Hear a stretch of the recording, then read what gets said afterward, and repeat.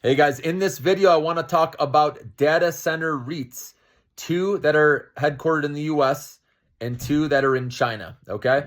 So the two in the US I want to talk about are Digital Realty Trust, ticker symbol DLR, and then Equinix, ticker symbol EQIX. These are two of the largest data center companies and they have operations globally. Okay.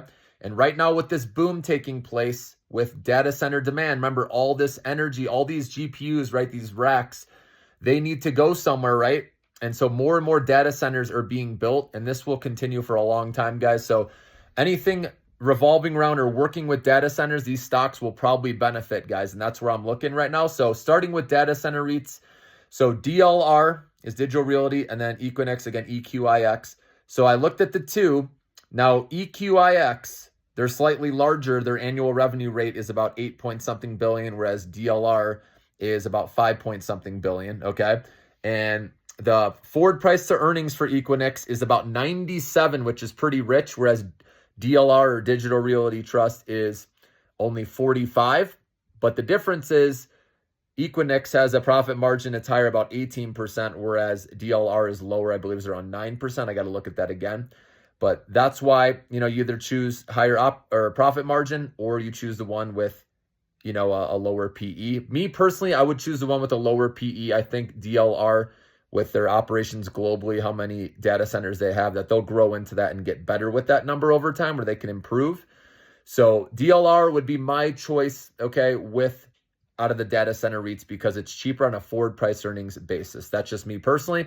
And then I wanted to talk about a couple in China, because China gets overlooked. And I know I've said I'm staying away from China, but that's more EVs and other sectors. When it comes to AI, remember, they are spending heavily, more than the US and some other countries combined, to build out their AI infrastructure, so they don't have to worry about relying on NVIDIA or Taiwan Semiconductor. They want to have everything in their own country.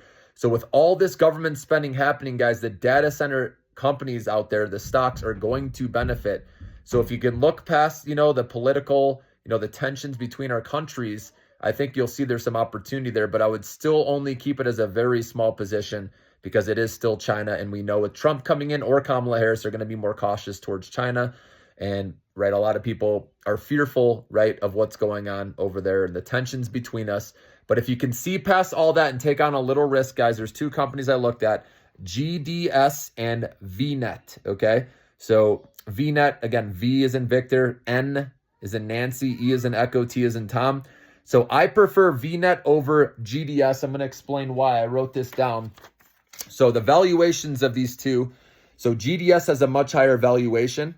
And both these companies, just so you know, they're not profitable and they have a lot of debt. So they're risky. Obviously DLR, right, and Equinix, both are profitable. Okay, they're bringing in money, and that's why they have much higher, valuations. Like their price to sales are much higher than these I'm about to say. Okay. So in China, for example, VNet has only a 0.55 price to sales, whereas GDS out there is about 2 price to sales. So that's why I'm focusing on VNet, is the valuations are lower across the board. So it has more room, I feel like, to go up with the stock price. Okay. But again, this would be a small position only if you're considering it. And then price to book is at 0.91 only. So under 1, I like that.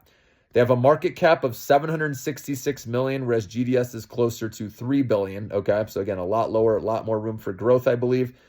Now, both of these companies have negative profit margins that are similar, but they do have operating profit margin. For example, VNet is 9.76% operating margin in the positive, and GDS is about a little over 11%. So it's not that far off, and that's why I like VNet a little more here. And then they have VNet has $1.88 billion in cash. They do have $16.2 billion in debt, so you can see how high that is, okay?